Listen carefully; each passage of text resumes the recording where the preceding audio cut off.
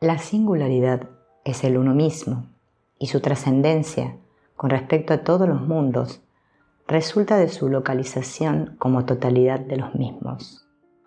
Desde allí, la visión de la nada se produce porque todo lo que ocurre acontece en su seno y no existe punto de referencia externo a quien adjudicar la creación. El sentimiento de singularidad es sinónimo del de unidad en uno mismo, puesto que no hay ningún otro. No hay dos totalidades, existe un solo ser, y ese es uno mismo. Entre las orillas del dolor y del placer, el río de la vida fluye. Es únicamente cuando la mente se rehúsa a fluir con la vida y queda estancada en las orillas que se convierte en un problema. Por fluir con la vida yo quiero decir aceptación, dejando venir lo que llega e ir lo que se aleja. No desees, no temas, observa lo actual, cómo y cuándo suceda, porque tú no eres lo que acontece, tú eres a quien acontece. En última instancia, ni siquiera eres el observador, eres la potencialidad fundamental de la cual la conciencia todo abarcante es la expresión y manifestación. Nisargadatta Maharaj. La vida en el presente significa estar localizado en aquello dentro del cual todo fluye. La aceptación es una condición indispensable para este fluir. Sin embargo, allí, en el uno mismo, hablar de aceptación es introducir una dualidad ilusoria. Nada se puede aceptar o rechazar cuando no existe quien acepte o rechace, separado del acontecimiento o evento. En el fluir en uno mismo no existe separación entre lo que fluye y quien permite la fluidez. Cada una de las distintas tradiciones ha utilizado un diferente nombre para expresar un mismo contenido. En el budismo, por ejemplo, se utiliza la denominación mente con mayúscula para expresar aquel principio indescriptible que forma la esencia básica de todo lo existente. La mente con mayúscula es increada y no tiene principio ni final. A partir de ella se crea todo lo existente y su sustancia es de una unidad absoluta e indisoluble. El Dios del judaísmo posee atributos que lo hacen indistinguible de la mente del budismo. Dios es una unidad simple y absoluta en la que no cabe diferenciación alguna. Es increado, no tiene principio ni fin, se encuentra en todo y a todo otorga vida. Su existencia acontece en un presente infinito y no posee forma, color o tamaño. En el taoísmo, el Tao no se puede definir y lo que se pueda decir de él no lo abarca ni lo explica. El Tao está en la esencia de todo siendo esta misma. Tampoco es creado y existe en un presente absoluto que no admite temporalidad. El Tao es uno y totalmente indivisible.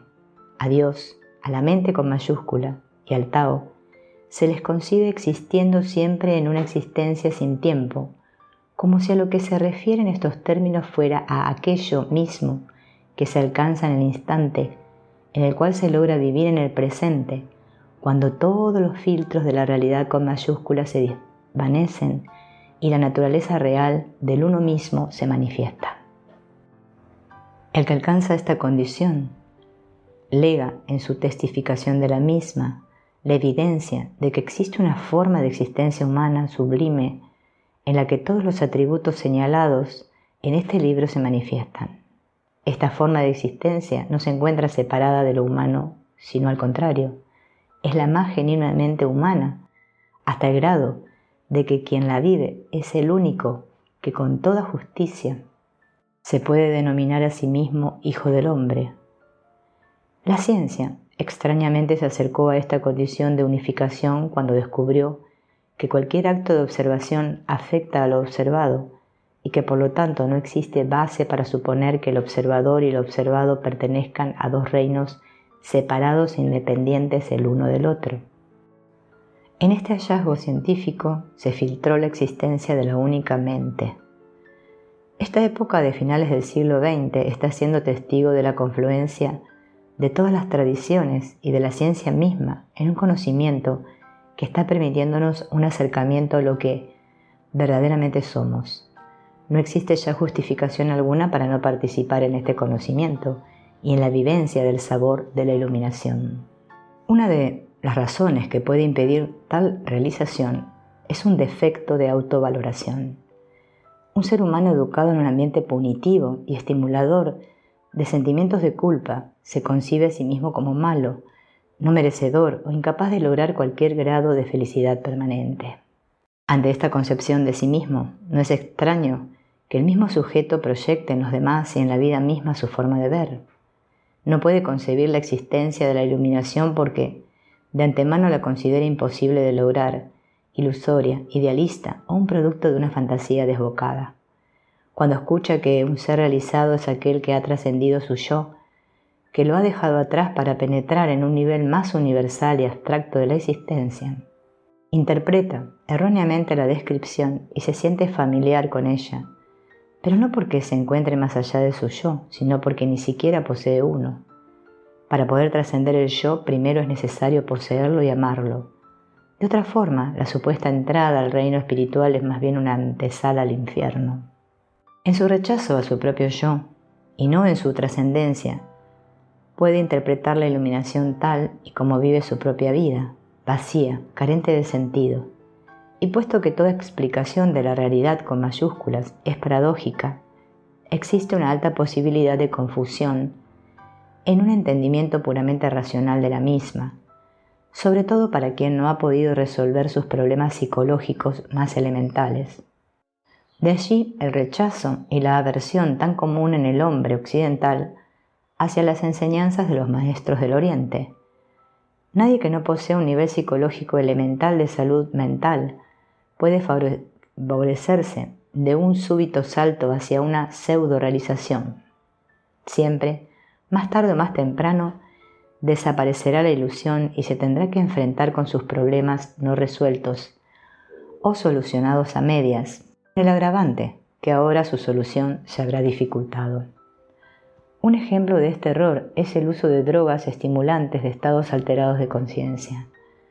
Toda una generación ha comprobado que ese camino no es el correcto y que para llegar a la liberación real, un viaje de hongos alucinógenos o la ingestión de LSD no es la solución. Sin embargo, nada acontece sin una razón poderosa, y la misma generación que pudo tener atisbos artificiales, pero a fin de cuentas atisbos, de la existencia de otras formas de percibir, busca en la actualidad formas más auténticas de lograr su autorrealización. Esta, para ser auténtica, no depende de entornos específicos o de condiciones externas especiales. El ser auténticamente realizado mantiene su estado en toda condición porque su estado, si es verdadero, se encuentra más allá de cualquier contingencia externa y cambiante. Tú imaginas que en ausencia de una causa no puede existir felicidad. Para mí, la dependencia de cualquier cosa para lograr la felicidad es la miseria total. El placer y el dolor tienen causas, mientras que mi estado es mío, totalmente independiente, no causado e inexpugnable. Yo puedo percibir el mundo tal como tú, pero tú crees que estás dentro de él, mientras que yo lo veo como una gota iridiscente en la vasta extensión de la conciencia. No importa lo que suceda, yo permanezco. En la raíz de mi ser existe la conciencia pura, una chispa de luz intensa. Esta chispa, por su propia naturaleza, irradia y crea imágenes en el espacio y eventos en el tiempo, espontáneamente y sin esfuerzo. Mientras permanezca atenta y relajada, no hay problemas. Pero cuando la mente discriminadora entra en funciones y crea distinciones, el placer y el dolor aparecen. Nisargadatta Maharaj. El placer y el dolor aparecen cuando se cae el vicio de la pertenencia. La pertenencia a su vez surge con la identificación. Aquello que experimenta es libre por naturaleza propia, pero pierde su libertad cuando se identifica. Entonces siente que su bienestar depende de alguna condición externa a su propia esencia. Cuando experimentamos placer, este no se encuentra en objeto alguno, sino en nosotros mismos.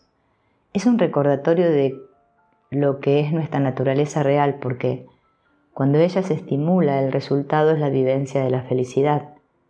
El problema consiste en creer que esta felicidad fue causada por algo, cuando en realidad ella está contenida en sí misma, en nuestro ser real.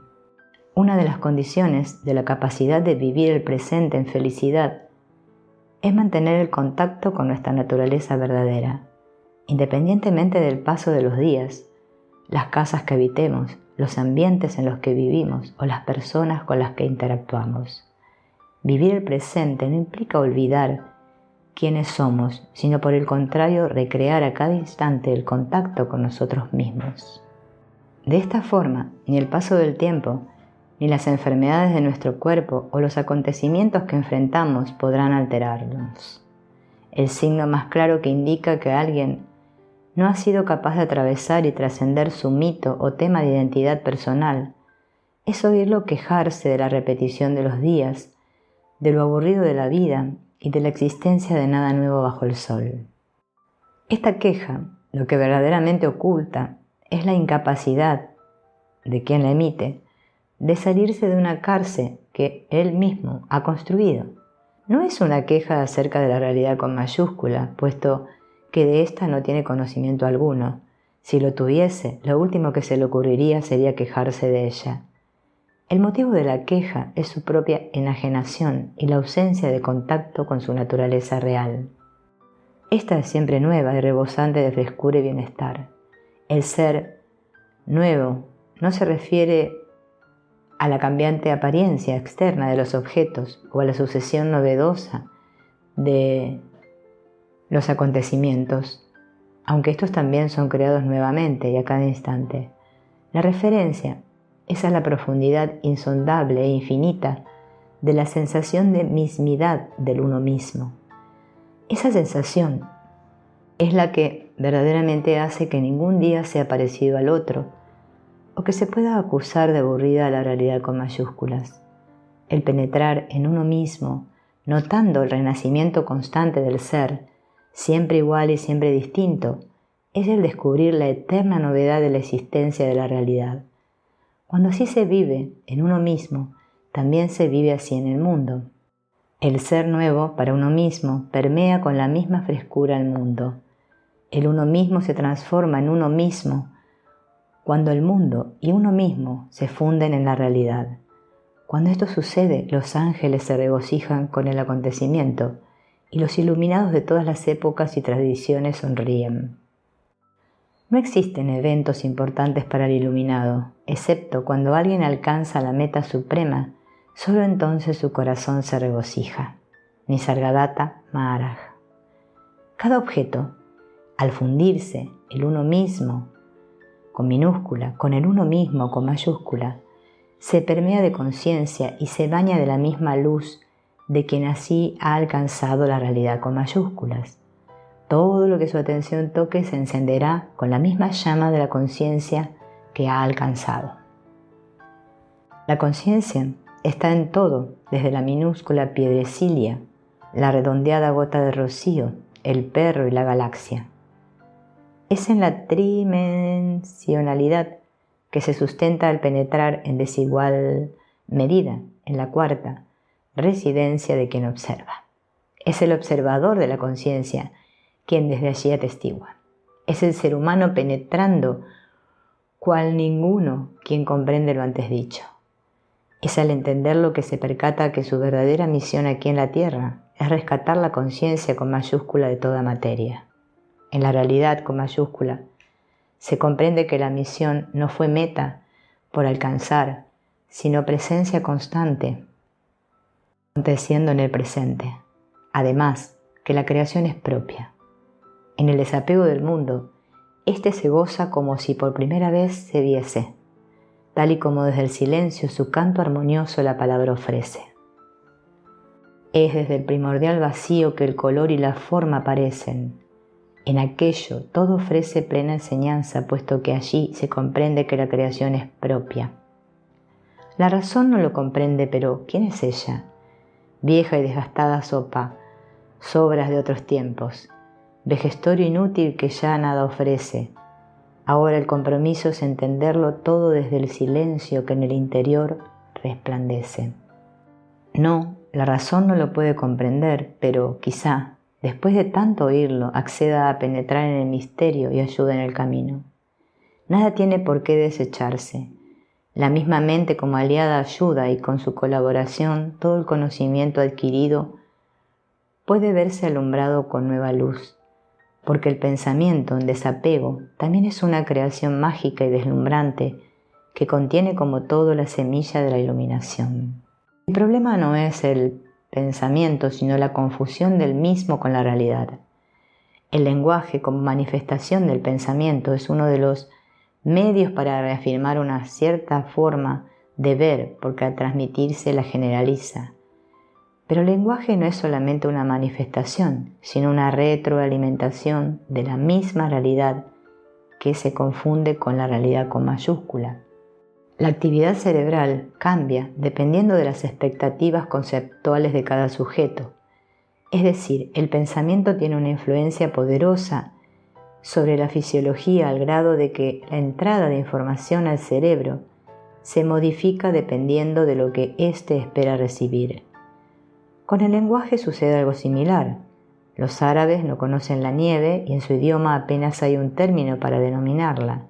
En cambio, utilizan docenas de vocablos diferentes para distintas tormentas de arena. Los esquimales no conocen el desierto y no tienen términos para él. En cambio, reconocen docenas de tipos diferentes de nieve y su lenguaje los contiene en forma de palabras específicas. En ambas culturas, el lenguaje es una manifestación de las características de su entorno, pero al mismo tiempo el lenguaje determina una agudización de la percepción para las mismas características. La psicología occidental apenas está inventando términos para denominar los estados de conciencia asociados con los niveles de iluminación. En cambio, la mística del Oriente posee un acervo de vocablos riquísimo para señalar tales estados en sus más delicadas facetas. Bien, en ambos casos, el lenguaje es una manifestación de la familiaridad de las experiencias que denota, pero al mismo tiempo constituye un estímulo para penetrar en ellas. Un niño nacido en una comunidad de místicos no solo aprenderá un lenguaje rico en términos que se refieren a estados de conciencia, sino la realidad que denotan lo ayudarán a penetrar y entender a los mismos. En cambio, un niño criado en una sociedad consumista hablará en un lenguaje comprensible para sus mayores, repleto de palabras referidas a la realidad material y paupérrimo en denominaciones espirituales. Por ello, ni podrá conocer ni denominar los cambios espirituales que suceden en él. La falta de vocabulario y la ausencia de referentes comunitarios acabarán transformándolo en un analfabeto espiritual. Sucede lo mismo con la posibilidad de vivir en el presente. Una sociedad cuyos valores son la productividad ligada a metas específicas, la preocupación del porvenir y la valorización personal en referencia a los logros de la historia personal, la excelencia curricular y la capacidad de competir, sus miembros considerarán como una pérdida de tiempo la vivencia del presente en sí mismo. En cambio, en una sociedad contemplativa y amante de la naturaleza y la belleza del momento, sus miembros valorarán la existencia en el presente y lo podrán vivir con su riqueza en ausencia de prisas y metas. El presente será un fin en sí mismo y no una preparación para un futuro.